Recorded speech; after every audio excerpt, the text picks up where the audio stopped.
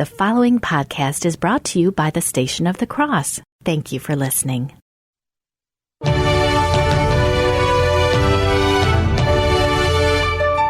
our home life. Change the way we educate our children. It is the presence of God He promised to leave. I will not leave you orphans. Dear brothers and sisters, the Holy Spirit is with you.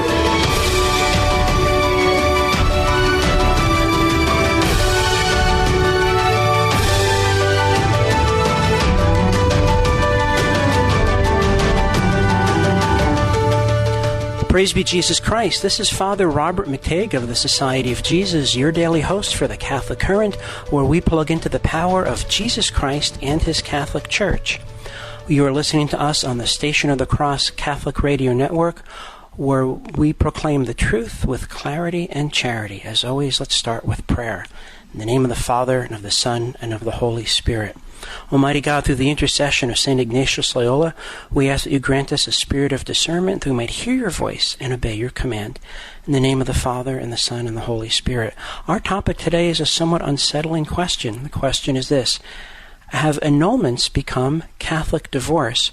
Our guest today is Bai MacFarlane, founder of Mary's Advocates, an organization dedicated to upholding true marriage. Bai MacFarlane, welcome to the Catholic Current.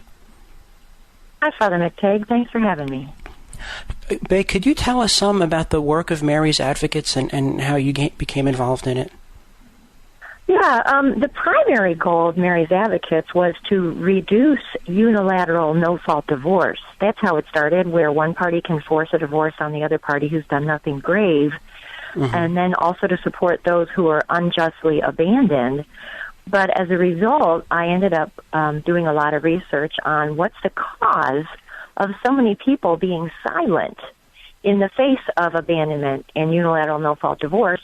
And what I concluded is the over-granting of annulments, at least according to Pope John Paul II and Pope Benedict XVI and Cardinal Raymond Burke, that there's something wrong with annulments going on in the United States, and that's part of the problem with no-fault divorce. They're interconnected. Oh, could you tell us some more about that connection, please? Yeah, if trying to think how to do this simply.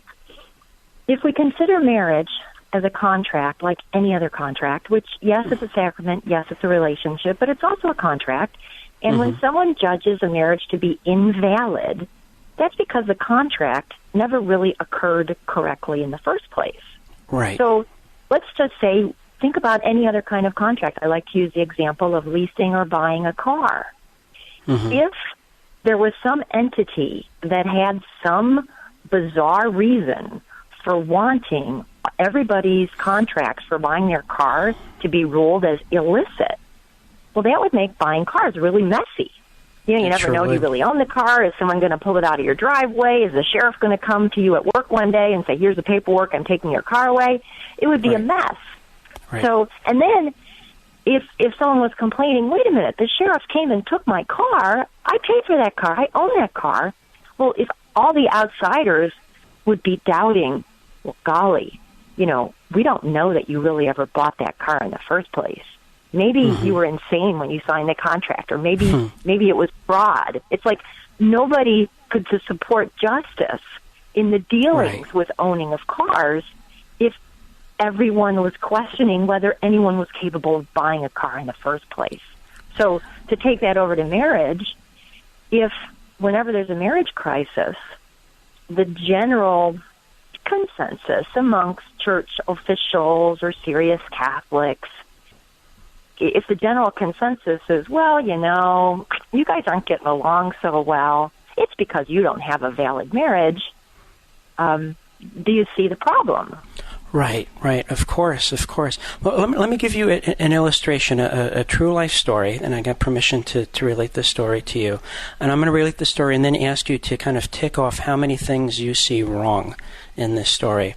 My friend Pete is abandoned by his wife, and he finds himself having to sign state divorce papers, and he doesn't want to do it alone, so he goes to the office of his parish priest, and he, with tears in his eyes, he signs the divorce papers. And again, there was no violence, adultery, alcoholism, felony convictions, nothing along that. It was just, I don't like you anymore. It was the basis of the divorce.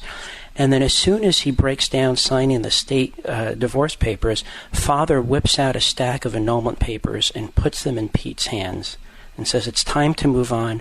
God wants you to be happy. How many things are wrong with that picture? Everything. Okay, can you tell us some more about that, please? Yeah. Well, when you talked about how, I'm assuming, let's just assume that Pete and his wife married in a Catholic ceremony. Did they? Yes. Okay, so just for the sake of this, what's going on, and what you're describing is the kind of people who contact Mary's advocates, the Petes of the world. One is, if his wife cares even the tiniest bit about being a Catholic, she should have never petitioned for a divorce in the first place. For Catholics, we don't go to the civil court to make judgments about obligations of spouses towards each other. Now, and because of no-fault divorce, when you're talking about Pete signing divorce papers, well, when people both sign divorce papers, what they're literally doing, on paper at least, is they're voluntarily agreeing to live separately, to split their property, to have some kind of child custody and parenting schedule, and someone's going to be giving support. So Pete was probably coerced by his lawyer. Hey, there's nothing you can do to stop this. You better agree on how you're going to split everything up, because if you don't, it's going to cost you tens or hundreds of thousands of dollars because you and your wife don't agree how to split everything, because, the court's going to force you to split it anyway.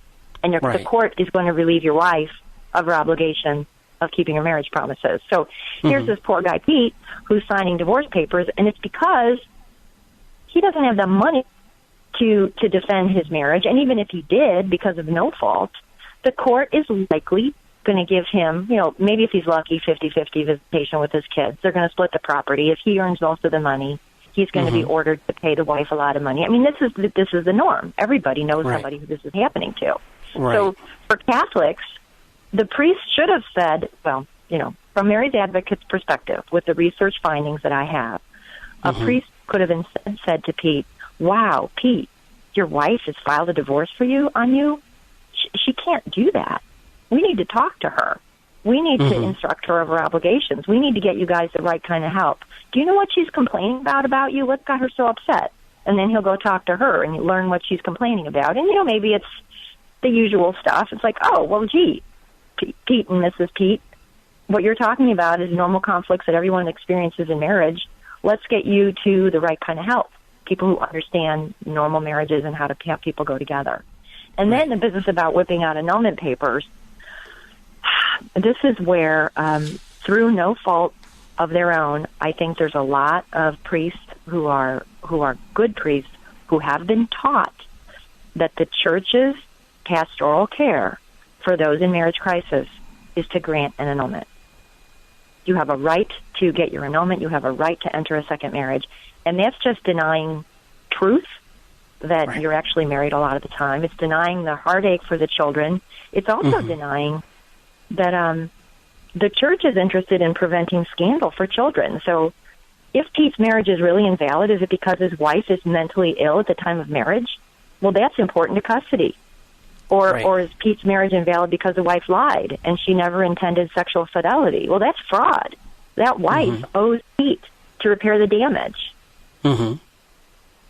So, you see, I think that the part of my concern, and I imagine you would agree, is that there's been a shift in culture, even in parish life, that somehow life guarantees you an easy ride, and that if something painful or awkward happens, we can suspend natural law and divine law because God wants you to be happy. And Pete, to his credit, kept his ring on and conducted himself as the married man he believes himself to be, and has never filed for an annulment. And there are people, even self-identified Catholics, who badger him to move on. What do you think is driving the people who are encouraging Pete to move on? Because they said if you apply for an annulment, you're almost certainly going to get one. Everyone knows that now. What's driving that people to push Pete forward? I can only guess that people are uncomfortable with someone they care about being in pain, and you want to make the pain go away. So right. I think it's a combination of that, along with not trusting Jesus. Yes. Not trusting that God knew what he was doing when he made marriage permanent. Because, people want immediate happiness, they want fun, but what we are called to is not happiness and fun, it's peace and joy. And if you're living a lie, the level of peace and joy that one has living a lie, I don't believe it. I just don't believe it. Is not what we are really meant to be. So there's more peace. If the people trusted that what Jesus was saying, that your marriage is permanent, and even if your wife is choosing to abandon you and you're experiencing this grave injustice of no-fault divorce, we need to look at the saints and say, what have saints done throughout history when they were on the receiving end of injustices? What did Maximilian Kolbe do? What did, I want to say Father Chesek, he lead us to me? Father Chiswick, Walter Chiswick, yes. Yeah, and he remained heroically faithful. And God does bless fidelity. And God never commands the impossible. God would be a monster if he called us to marital fidelity and then made it an impossible task. So I think the root is God trustworthy or not? Do we believe our blessed Lord and his words or not? When we come back in the next segment, we're going to discuss the nature of common misunderstandings regarding marriage, annulment, and divorce. We want you to call in now and join the conversation, 1-877-511-5483. Stay with us. We'll be right back.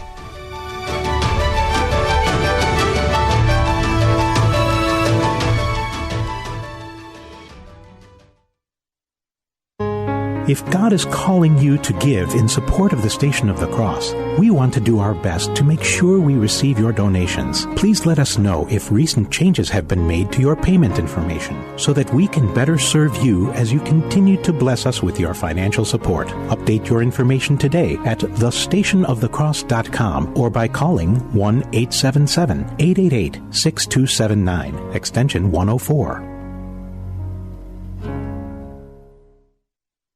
This is Debbie Georgiani, one of the on-air hosts during your fall appeal at the Station of the Cross. As a mission partner celebrating the network's 20th anniversary, you'll receive a special 20-year anniversary rosary. It features a customized double-sided center medal inscribed on one side with the Station of the Cross Catholic Radio Network 20 years, and on the other side dedicated to Our Lady of Fatima, May 13th through October 13th, 1917. You'll also receive the CD by Archbishop Aquila entitled God's Plan for Love. You can be a mission partner with a gift of $360 or just $30 a month. Call now, 1-877-711-8500, or go to thestationofthecross.com, where you can also view these great gifts. And be sure to join me for special programming during the on-air portion of the appeal, October 15th through the 19th. The human body is a miraculous machine. The natural capabilities of the umbilical cord, working alongside the placenta, act as a lifeline to the child. A steady flow of oxygenated, nutrient-rich blood is fed to the fetus.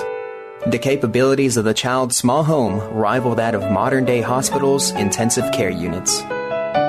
Human life is sacred. Think about it. CoalitionForLife.com.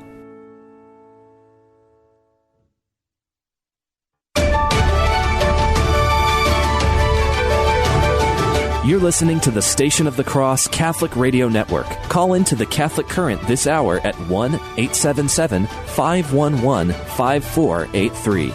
Each morning, the Catholic Current sends out a short survey on the topic for today's show so that you can share your thoughts and any questions you might have. This is a great way to participate, especially if you aren't able to call in live. A few of the responses will be read over the air to add to the discussion, so make sure you sign up to receive our emailed survey at thestationofthecross.com. Praise be Jesus Christ. This is Father Robert McTague of the Society of Jesus, your daily host of the Catholic Current, where we plug into the power of Jesus Christ and His Catholic Church. You are listening to us on the Station of the Cross Catholic Radio Network, where we proclaim the truth with clarity and charity. Our topic today is, are annulments becoming Catholic divorce? Our guest is the founder of Mary's Advocates, an organization dedicated to holding up true marriage. You can go to their website at maryadvocates.org. We had some callers and some listeners text some messages to us throughout the day, and one just texted in response to your car analogy. He said, the trouble with no-fault divorce is it makes marriage an unenforceable contract, and you wouldn't accept that in purchasing a car, and why would you accept that in marriage?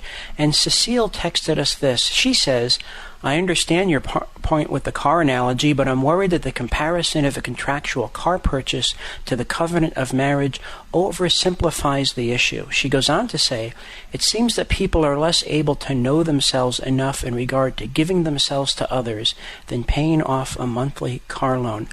Do you think Cecile understood you, Bai? Well, I agree that you can't simplify, and I was just trying to illustrate one part. So right. I think what she's saying there is correct. My interest as Mary's Advocates and no-fault divorce is that the way the culture responds when there is a marriage crisis is contrary to what the parties agreed to when they entered marriage. So I also agree with her that the way presently the culture is responding is leaving marriage an unenforceable contract. But some of the resources we pulled together on Mary's Advocates is offering people ways to try to make it a enforceable contract. And you know, there's no promise that marriage is going to be this beautiful, romantic, soul-sharing, you know, saintly bond between a husband and wife. Yes, that's a goal to which we all point, but everybody points to being a perfect saint too, you know. Don't get so disappointed and beat ourselves up if we don't get there. Right. Yeah, I think there's the illusion that somehow we're entitled to have marriage as a perpetual prom date. And that's not quite right. Friends, we want to have you be part of the conversation. Call us now at 1-877-511-5483 or text us at 1-877-511-5483. But it seems to me that a lot of people misunderstand what an annulment is and what the annulment process does. I notice that people tend to speak of an annulment as if it were a transitive verb. It's something that you do to your marriage. And someone says, I had my marriage annulled, as if there were a marriage and then somebody did something to it and now they're not married anymore. What's the proper understanding of what an annulment is? What's the better language to use? Sure. The better language is a decree judging that a marriage was invalid. So it's a sentence that a marriage has been found to be invalid from the beginning.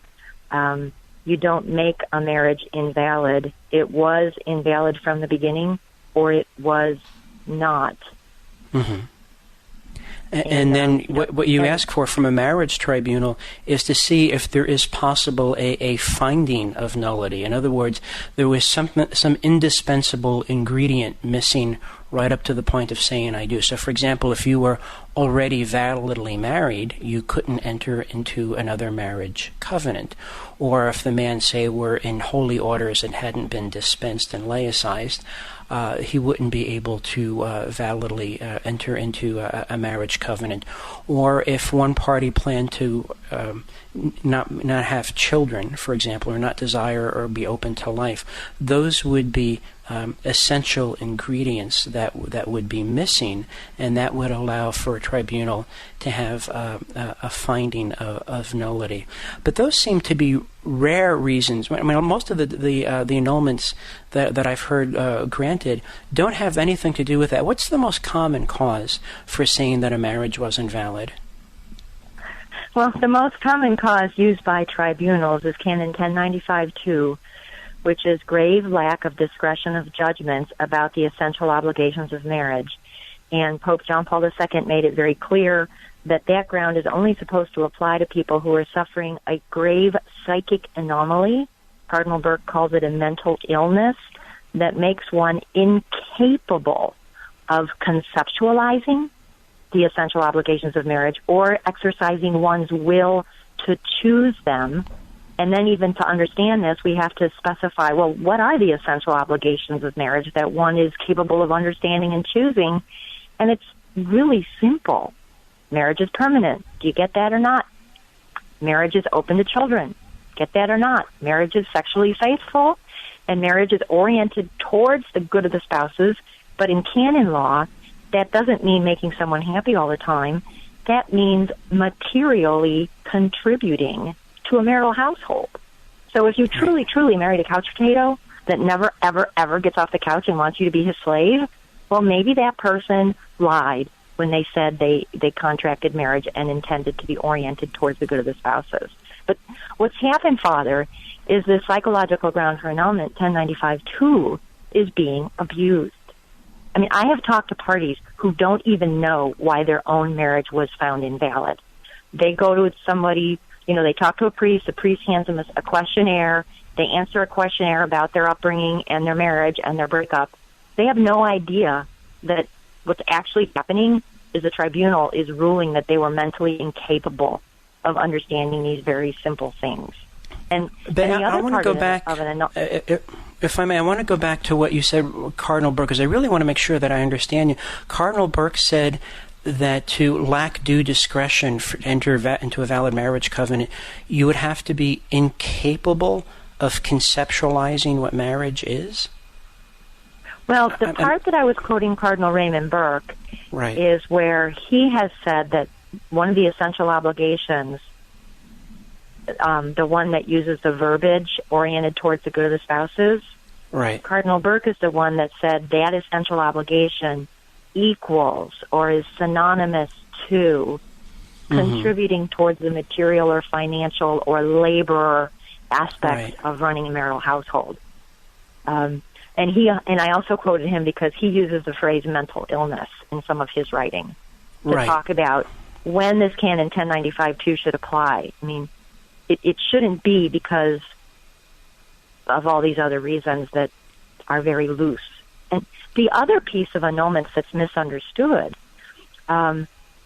people think that the civil courts are the ones who manage breaking everything apart, and the only thing the church courts do is decide whether or not marriage was valid. Well, our own canon law says the church courts are the ones that are supposed to be deciding the obligations of the parties towards each other. And this is where we're going back to that other person's question about an unenforceable contract. Right. Marriage advocates want marriage breakups or marriage crises managed in according to the rules the parties agreed to when they entered the marriage, which is not no-fault divorce. Right. See, I think part of the challenge is we're living in a culture where we're looking for an easy way out. The analogy to abortion is I want to become unpregnant. And there's no such thing as becoming unpregnant. There are different ways of becoming post-pregnant, and they all have very dramatic consequences with moral significance. I think there are people who want to become unmarried as if, you can really do that, and B, it doesn't affect anyone. But isn't there a lot of collateral damage with our casual attitude towards marriage? Well, it's very disheartening. I've heard presentations by a tribunal staff person who's trying to get people to fill in annulment applications where the tribunal staff person was teaching the audience that if you're not best friends with your spouse, and then the instructor kind of rolls her eyes and says, well, that's not the orientation towards the good of the spouses. That's the community of life and love. They describe marriage so perfectly that if you don't have that, you would conclude your own marriage is invalid, and that's not supported by my research findings, but that's what is out on the street, sort of. And then the other sad thing, people want an easy way out. Well, the person who's so disappointed with their marriage that they file for a divorce, the whole culture is set up to aid and abet them. They don't even, no fault. Lawyers are happy to have them sign papers and take property and everything, and the messages are, yeah, you deserve better and you can do better and all this stuff. Well, where's the counter message saying, wait a minute, this is like committing suicide, and you're hurting your children, and you're hurting yourself, and you're hurting your spouse. Right. Divorce isn't good for you. And it's not good for our culture, and it's not good for children. What you said about attending the presentation from a member of the tribunal staff was really alarming to me. Didn't Cardinal Burke say something about expressing a concern about how well trained people who work on marriage tribunals are? Yeah, I've seen him say this a couple of times. He's so precise, in how he talks. So he's not flippant the way I might be just talking to a friend. But he has said, when we're talking about streamlining the annulment process, it used to be for centuries that if a tribunal thinks a marriage is invalid, that decision cannot go into effect until a second tribunal from a different diocese reviews the record of the case. Well, that double check got eliminated. So in the context of Cardinal Raymond Burke talking about the importance of that double check, he has said, and I'm going to paraphrase as best as I remember, but it's on my website in several places. He's saying that the problem isn't that we need to get rid of the double check or that the process is too complicated and you can't have good people doing it. The problem is that many bishops have staff people working as canon lawyers on that tribunal who are either ill-prepared or unfair. So I say that is they're cutting corners and cheating, and they're unjust. And one of the things Mary's Advocates has been doing is I've become a self-studied expert on the procedures for annulment. So one of the things people can get from Mary's Advocates, as long as God allows me to have time to do it, is people will talk to me about what's going on with their procedures, and I will point them to the canon law. I mean, defendants' rights are being violated. Right. I think that we have to be better informed, or well-intentioned people or not so well-intentioned people may harm us and our culture as well. When we come back in the next segment, Bai MacFarlane and I of Mary's Advocates are going to talk about authentic teaching regarding marriage. Please call us now at 1-877-511-5483. Stay with us. We'll be right back.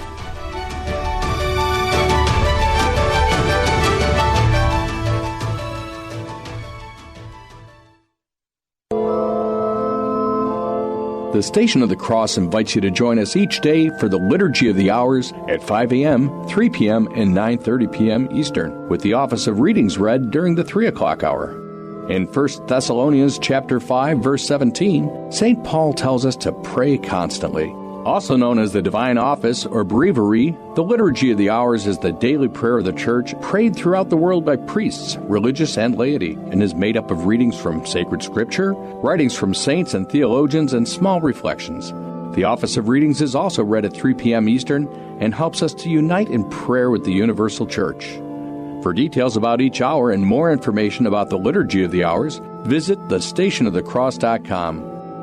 We hope you'll join us for this daily prayer of the Church each day at 5 a.m., 3 p.m., and 9:30 p.m. Eastern, right here on the Station of the Cross.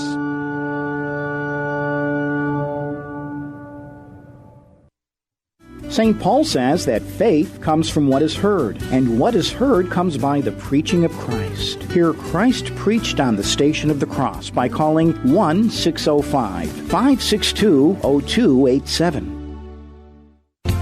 Do you ever wonder where God is in your suffering, or what His will is for you as you struggle in the faith?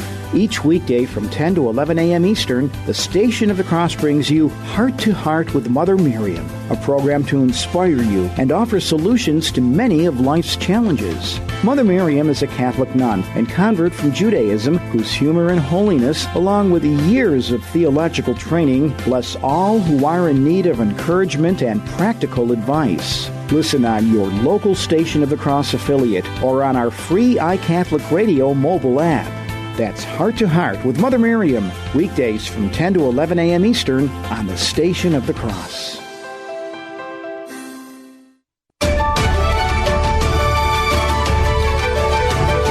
You're listening to the Station of the Cross Catholic Radio Network. Call in to the Catholic Current this hour at 1-877-511-5483.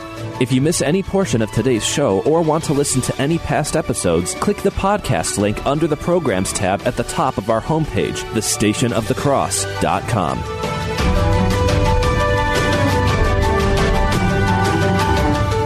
Praise be Jesus Christ. This is Father Robert McTague of the Society of Jesus, your daily host for the Catholic Current, where we plug into the power of Jesus Christ and His Catholic Church. You're listening to us on the Station of the Cross Catholic Radio Network, where we proclaim the truth with clarity and charity. Our topic today is, have annulments become Catholic divorce? Our guest is Bai MacFarlane, founder of Mary's Advocates, an organization dedicated to upholding true marriage. If you've just tuned in, you should know that we've been talking about misunderstandings regarding marriage and divorce. In this segment, we're going to talk about what the Church actually teaches regarding marriage, divorce, and annulments. We want you to be part of the conversation. Call us now at 1-877-511-5483 or text us at 1-877-511-5483. Bai, we received a message from Ingrid of Iowa City, Iowa, and she writes, relative to Catholicism and marriage, it is a process by which faithful Catholics in today's culture of divorce are able to have their marriages retroactively invalidated by the Church to allow them and their children to go on with life. What do you have to say to Ingrid? I'm not sure what she's meaning by retroactively invalidating a marriage. Right. The short version is that's simply not possible. Marriage a valid marriage only ends with the death of one of the parties.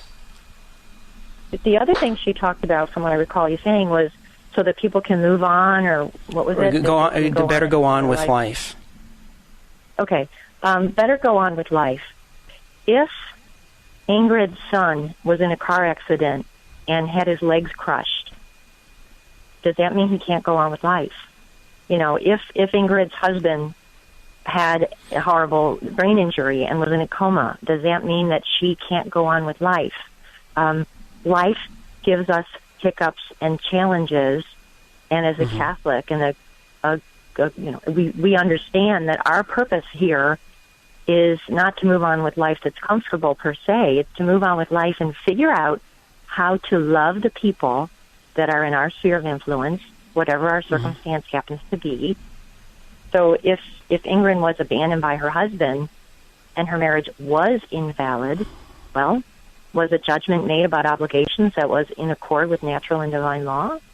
Or if Ingrid's marriage was valid, how does Ingrid, and this is what the people who contact me, we talk about how does an abandoned spouse love a spouse who forced them through no-fault divorce? It doesn't mean our life doesn't go on. It just means we're kind of like our spouses are in a spiritual coma. Right. And we're never absolved of the obligation to love those who are entrusted to our care. But can you discuss with us under what circumstances it may be morally licit for spouses to separate, at least for a time? Yeah. There's canon law talking about the grounds for separation and the procedure for separation, and it's introduced in the Catechism also, that talks about divorce as a grave offense against nature and immoral and only tolerable in certain circumstances. So then you piggyback over to canon law. If one spouse is committing adultery, that is a legitimate reason for separation of spouses, though the innocent party is encouraged to forgive an adulterous person. If one spouse is gravely dangerous to the point where separation is the only way to be safe, then one has a legitimate reason for separation of spouses. One example I've seen is if one spouse makes marital life unduly difficult, but we can't just read these things and guess what they mean. We've got to go back and look at decisions from higher authorities to say, well, what does that mean? And I've seen it described as unbelievable, wicked cruelty all the time and every time, to the point where, maybe you're having mental breakdowns or getting sick or something. And then when there is a legitimate reason for separation of spouses, they're most times not supposed to be permanent. They're only supposed to be temporary while the situation is resolved. So I'm thinking back to your example with your friend Pete.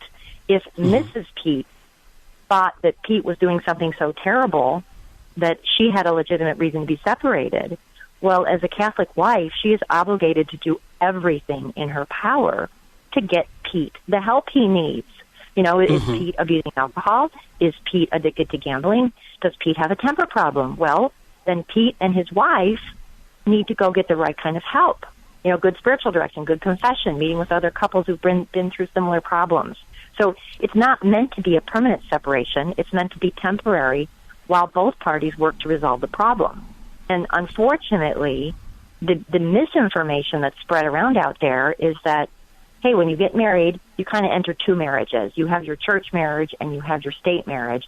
And getting divorced is just dealing with the state stuff, and the church doesn't have any interest in that. All they care about is whether or not you enter a second marriage without an annulment, which you're going to get in a lot of dioceses unless things start changing. Right. Babe, we have a call on the line. We have Mark from Buffalo, New York. Mark, welcome to the Catholic Current. What do you have to say to us today? Well, thank you very much. I was very concerned because my wife and I just celebrated our 40th anniversary, and 38 years ago, she had an annulment. And the parish priest, guided her through the process, asked her to get involved, and she did, and I didn't have any involvement in it at all. But, she was granted the annulment. I don't know the reasons or the rationale, but, it makes it sound like, a lot of people are going in there trying to pull the wool over people's eyes. My wife wasn't pulling the wool over anybody's eyes. She followed the directions that the priest guided her through. He helped her fill out the paperwork. They evaluated both sides of the issue. She was granted an annulment. You're almost making me feel like, we did something underhanded to get an annulment. I see. Thank you, Mark, for your call. Babe, how do you want to respond? Yeah, that is a really good point, that if a party is doing what the church authorities are telling them to do, the party is not culpable for doing anything wrong, because if you're telling the truth and you're answering a questionnaire, and Mark, I have no way of knowing whether your wife's previous marriage was valid or not. So, the people that I'm dealing with are the ones who are unjustly abandoned or who are just dumbfounded at the outcome of what happens with divorce orders, where you lose your children half the time and you have to pay money to a spouse who was the one who reneged on the marriage promises.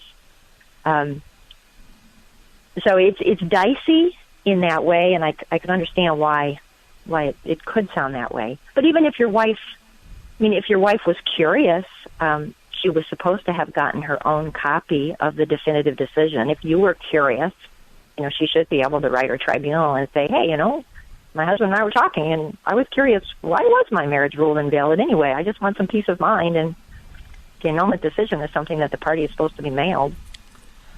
See, I want to jump in just for a second, because as I was looking at your website, Bay, you did a survey of marriage tribunals around the United States, and some of the results really astonish me. Can you give us a summary of what you found there, and in particular about people being informed for the reasons for the decision the tribunal has made?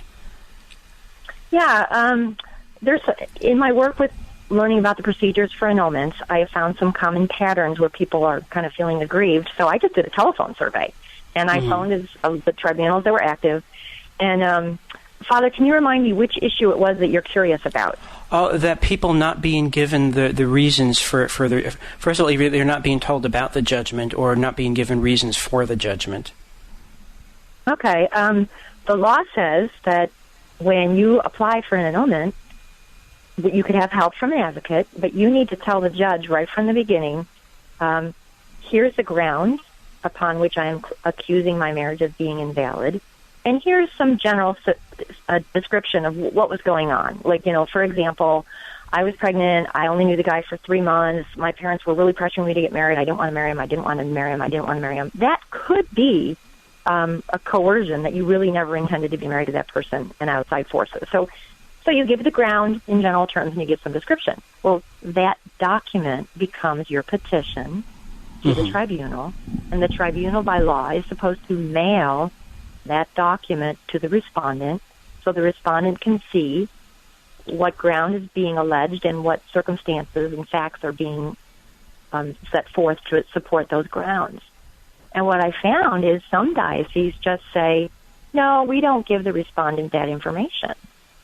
We'll just tell them the grounds, for example. So they might see a respondent or a defendant might just see something that says 1095-2, grave lack of discretion of judgment, period. Well, how do you defend against that? You don't even know what it is. Does that make sense? Yeah, that covers a very, very broad space. I know. I mean, ordinarily, when if you're charged with a crime, there's some detail that on a given Wednesday afternoon, you drove off with my motorcycle, and you can say I wasn't in the state that day. I don't know how to ride a motorcycle. So this is what boggles me. My understanding of in days gone by. There was a bias in favor of the marriage, a presumption that the marriage bond truly existed, and that it was uphill to show that the marriage bond didn't exist at all. And it seems to me that that inclination has shifted in recent times. Is that your observation as well? Yeah, on paper, the law still says the same thing. I think if the tribunals or the diocese would start having enough courage to instruct parties of their obligations, that might help. Because if you've got a petitioner saying, I didn't understand what I was doing, and then there's a consequence to not understanding what you were doing if you were mentally disturbed, well, then maybe you shouldn't be responsible for the upbringing of your children. And maybe you owe damage to the other party. If that was the justice that was implemented at the time of separation, how many of those people would say, well, wait a minute, I thought I was going to get my easy, no-fault divorce where I get the kids, I get the house, my husband has to pay me, and I can go off in the sunset with my new boyfriend. Now you're talking about me being held accountable for saying that I was mentally incapable of marriage? Oh, golly, if that's what's going to happen. I mean, I shouldn't be so flippant, but I am frustrated, so forgive me. If someone's bad I understand. A lot of people have been caught up in the gears and have been hurt. And, I mean, just reading the things I found on your website, I found my blood pressure going up. And I can only imagine, you deal with so many wounded people for so long. I can understand if you grind your teeth as well. When we come back in our next segment, we're going to talk about what you and I can do to help defend marriage. Be part of the conversation. Call us now at 1-877-511-5483. Stay with us. We'll be right back.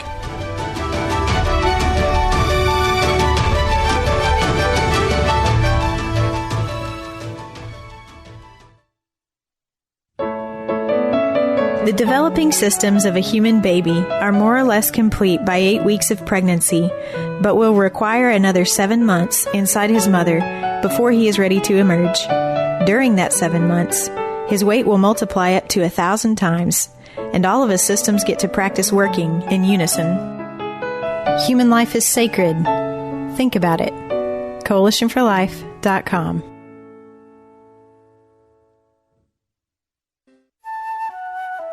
This is Franciscan Media's Saint of the Day for September 19th. Today we celebrate Saint Januarius. Little is known for certain about Januarius, but one story persists.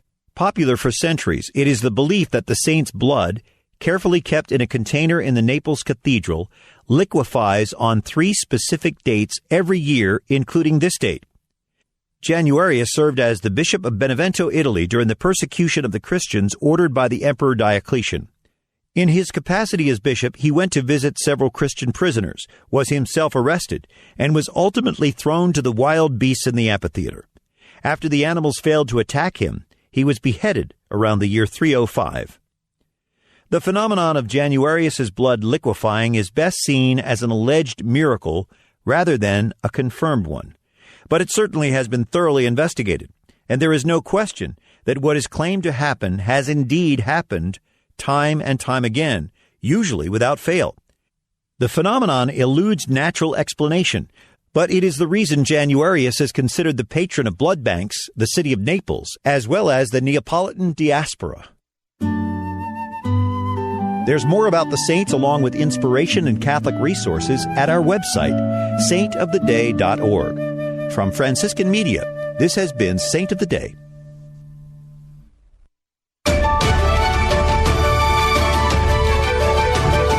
You're listening to the Station of the Cross Catholic Radio Network. Call into the Catholic Current this hour at 1-877-511-5483. Shortly after today's show, visit our page for the Catholic Current at thestationofthecross.com. Here you'll find a link to Father McTague's recommended reading list and a link for downloading the program so that you can share it with your family and friends. Praise be Jesus Christ. This is Father Robert McTague of the Society of Jesus, your daily host for the Catholic Current, where we plug into the power of Jesus Christ and His Catholic Church. You're listening to us on the Station of the Cross Catholic Radio Network, where we proclaim the truth with clarity and charity. Our topic today is, have annulments become Catholic divorce? Our guest is Bai MacFarlane, founder of Mary's Advocates, an organization dedicated to upholding true marriage. We want you to be part of the conversation at 1-877-511-5483 or text us at the same number, 1-877-511-5483.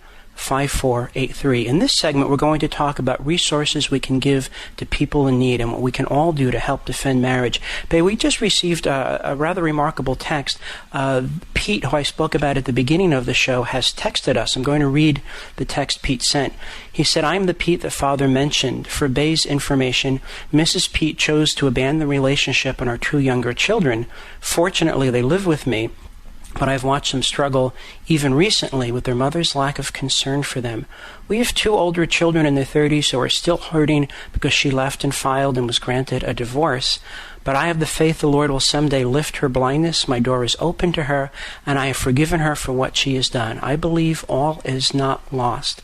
Thank you, Pete, for writing in. Bay, what would you have to say to Pete now? I'm just smiling. I love it. Pete is one of the people that Mary's Advocates has in our network where we support separated faithful. And you're reminding me of something that a retired Roman Rodal judge, Monsignor Cormac Burke, wrote about, because he was answering the question, what do you say about a shipwrecked marriage? How can marriage be oriented towards the good of the spouses, and it's supposed to bring us both to heaven, when one person just went off the deep end, like maybe Mrs. Pete did? And he says that if a spouse is faithful, it could be that the ultimate good of the other spouse before that person dies is changed because of all the sacrifices and prayers of the faithful spouse. Right. Well, I all know is that. Not lost. And the other thing is, children are watching. Do we Yes. want to teach our children that, I can just go have a serial marriage? Or do we want to teach our children, look, I promise to love Mom the way Christ loved His church and the way Jesus loves you, kids. And you keep loving even when it hurts, and you be faithful, and you don't say you're not my kids anymore just because you're mean to me. No, you're still my kids, and I'm here till the end. Right. And that's a powerful witness. And I know spouses who've been abandoned, and they've immersed themselves in the Rosary, the Divine Mercy Chaplet, stepped up going to confession, Eucharistic adoration, daily Mass, undertaking a program of really militant intercession to hold their family again and to bring their spouse back. And I think their efforts have to be honored, and God forbid if we take that for granted or dismiss it. Bay, we have a caller on the line. We have Ellen from Buffalo, New York. Ellen, what do you have to say to us today? Welcome to the Catholic Current. Praise be Jesus Christ.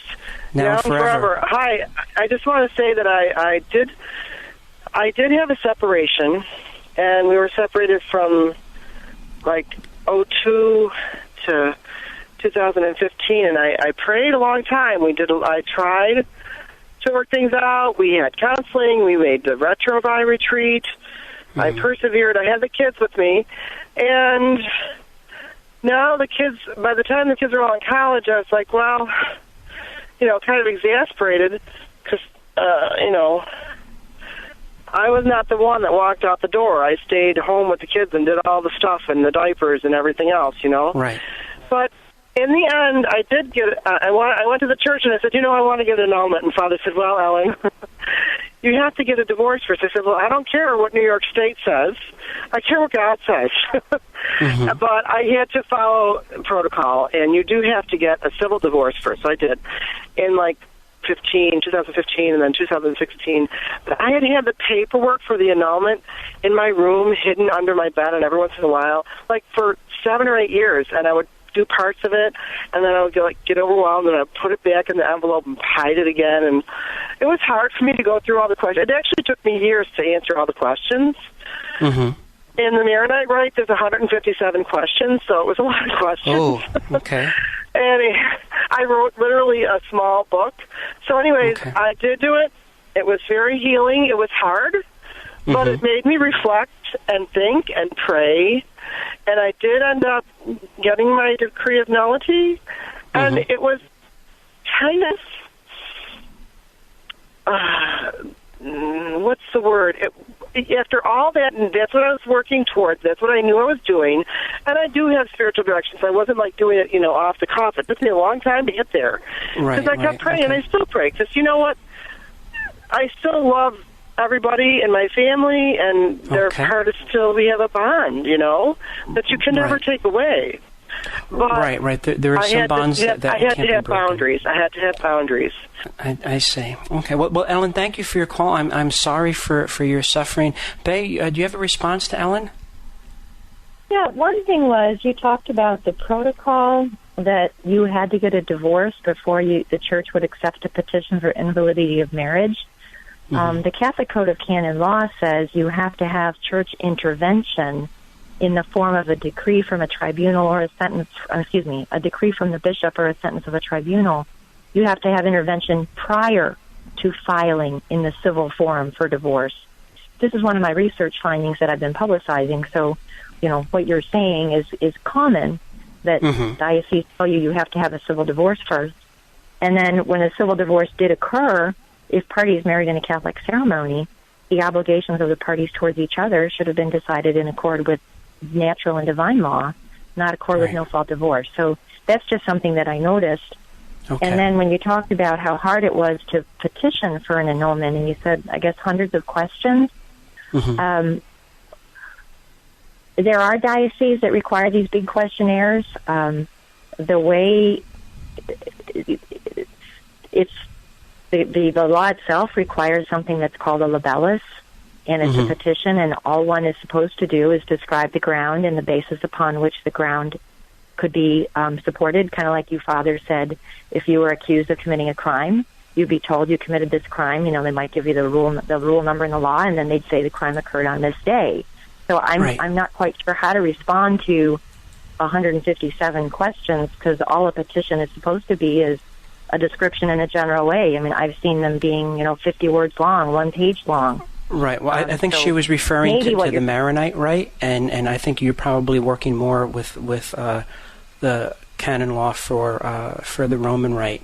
What can we give as resources to people who have been abandoned, people who are struggling? You had recommended a book that I really want to urge all of our listeners to get. It's called The Gift of Self, a spiritual companion for separated and divorced faithful to the sacrament of marriage. And it's by Maria Pia Campanella. It's available on Amazon. I have to tell you, I cried over that book. The heroism, the nobility and suffering that this woman showed was profoundly moving. Can you tell us a little something about the book? Yeah. Mary Zavikurtz first learned about that book from an Italian website, and we are the publisher of the English translation. And a number of us use that book for a telephone support call. Once a month we have a conference call, and we use that book as a springboard for our discussion. And it's just something you can do over and over and over. You're never done. It talks about how one deals with being married while one is separated and divorced. You kind of go into the desert and you're closer to God, or you have to deal with the loneliness, or you have to forgive and you're never done forgiving. And it's a totally different perspective than I have to move on. And the way I move on is to say I'm not married anymore. It's like, no. And you pray for reconciliation. On a human level, it might be very unlikely, but that's okay.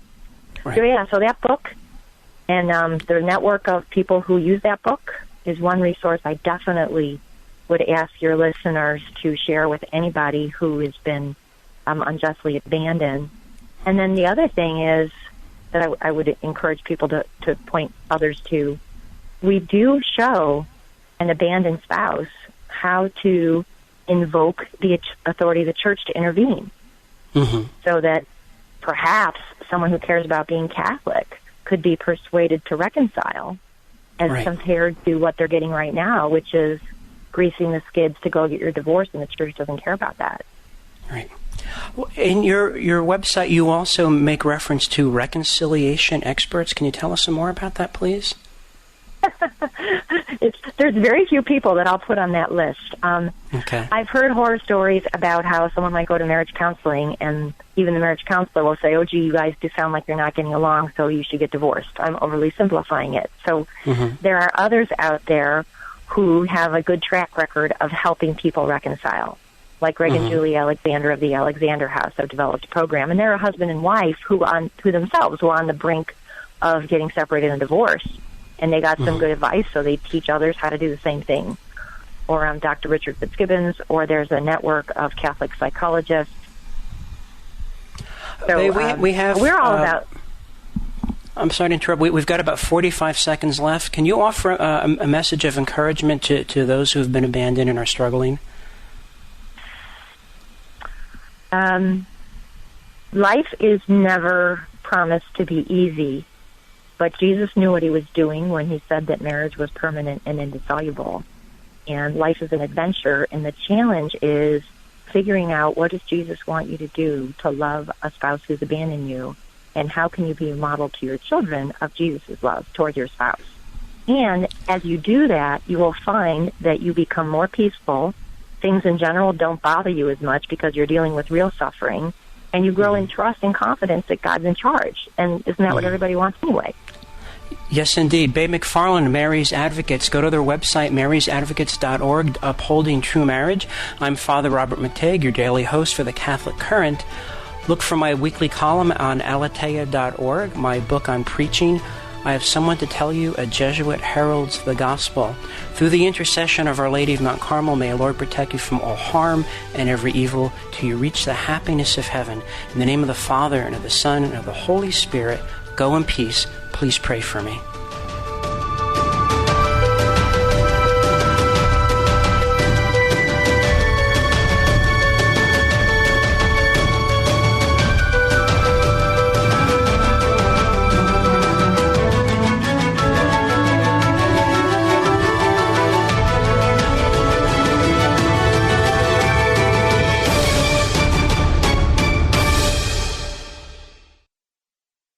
Thank you for listening to this podcast brought to you by the Station of the Cross. The Station of the Cross is a listener-funded nonprofit organization. If this podcast has helped you in your spiritual journey, please consider making a donation. Donations can be made through our website, thestationofthecross.com, or by calling 1-877-888-6279. You can also donate right through our free iCatholic Radio mobile app. Thank you for listening to and supporting the Station of the Cross, proclaiming the fullness of truth with clarity and charity.